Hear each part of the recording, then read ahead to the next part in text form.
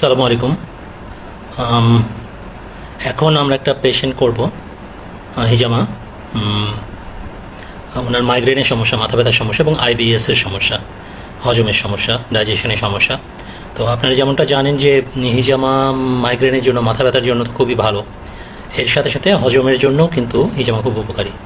Digestive সিস্টেমের যে কোনো সমস্যার জন্য, আইবিএসের সমস্যার জন্য হিজামা খুব উপকারী।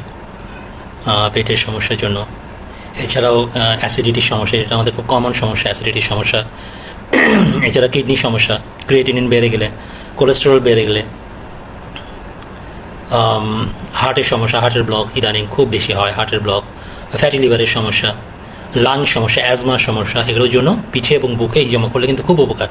কাজেই আপনারা চেষ্টা করবেন সুস্থ শরীরে, অসুখ এক্সট্রিম পর্যায়ে যাওয়ার আগে, যেমন 99% ব্লক হার্টে ধরা পড়লে তখন আমরা ডাক্তারের কাছে যাই এবং রিং পরাই আনি। তখন কিন্তু 1-1.5 লাখ টাকা, 2 লাখ টাকা ঠিকই খরচ করি। তার চাইতে আপনারা চেষ্টা করবেন প্রতি মাসে 1,000 টাকা বা 2-3 মাস পর পর 1-1.5 হাজার টাকা খরচ করে হিজামাটা করার, পিঠে বুকে কিছু বেসিক পয়েন্ট। তাহলে এই একবারে যখন হার্টের ব্লকও হবে না, হার্ট অ্যাটাকও করবে না, আর একবারে 1-1.5 লাখ, 2 লাখ টাকা খরচও হবে না, একটা প্রেশারও যাবে না। সো আপনি অল্প অল্প করে করেন। আপনি প্রতি মাসে না পারেন 2 মাস পর পর, 3 মাস পর পর, ম্যাক্সিমাম 4 মাস পর পর প্রতিটা ব্যক্তির, সেটা মুসলমান হোক নন মুসলিম হোক, এটা করা উচিত। এই জামাটা, ওয়েট কাপিংটা, এটা কিন্তু প্রতিটা মানুষের করা উচিত। এই জন্য নবী সাল্লাল্লাহু আলাইহি ওয়াসাল্লাম বলছেন যে মেরাজের রাত্রিতে আমি যত ফেরেশতাদের দলের সাথে দেখা হয়েছে আমার, সকলে বলছে আপনি আপনার উম্মতকে হিজামা করতে আদেশ করবেন। ঠিক আছে, এটা উপদেশ না, এটা আদেশ। হ্যাঁ, এবং মেরাজের রাত্রি যেটা ছিল দুনিয়ার, পৃথিবীর সময় হিসেবে 27 বছর সময় ধরে কোটি কোটি কোটি কোটি লক্ষ কোটি ফেরেশতাদের দল তাদের সাথে দেখা হয়েছে নবী সাল্লাল্লাহু আলাইহি ওয়াসাল্লাম ওনার। এবং উনি বলছেন প্রত্যেকটি ফেরেশতাদের দল আমাকে বলেছে যে আপনি আপনার উম্মতকে হিজামা করতে আদেশ করবেন। এই জন্যই নবী সাল্লাল্লাহু আলাইহি ওয়াসাল্লাম রহমতুল্লিল আলামিন, উনি শুধুমাত্র আমাদেরকে ঈমান দেননি, উনি আমাদেরকে সুস্বাস্থ্য দিয়েছেন। ইসলামের প্রতিটা যে গাইডলাইন, প্রফিটিক মেডিসিন, যে খাবার খেলে 3 ভাগের 1 ভাগ খাবার খাবেন, 1 ভাগ পানি খাবেন, 1 ভাগ ফাঁকা রাখবেন বাতাসের জন্য, তাহলে দেখবেন কখনোই আপনার ফ্যাট হবে না, অতিরিক্ত চর্বি হবে না, আপনার বদহজম হবে না, আপনি ওভারওয়েট হবেন না।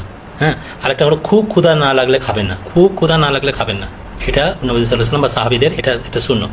খুব ক্ষুধা না লাগলে এই একটু পরপর খাইতেই আছে, that is not the rule system, আর বডির জন্য এটা ভালো কিছু না।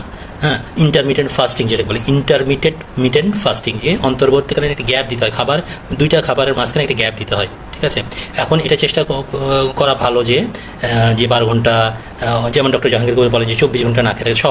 শহরের মানুষ, হ্যাঁ, যারা ডেইলি লেবার, হেভি ওয়ার্ক করে, যারা ইন্ডাস্ট্রিয়াল ওয়ার্ক করে অথবা মাঠে ঘাটে কাজ করে, হেভি ওয়ার্ক করে, তাদের জন্য না, তারা 3 থাল ভাত খেলেও সমস্যা নাই। কিন্তু আমার মতো যারা বসে কাজ করে, ঠিক আছে, এসির মধ্যে বসে আরামে কাজ করে, তাদের জন্য কিন্তু 3 বেলা 6 বেলা খাবার না।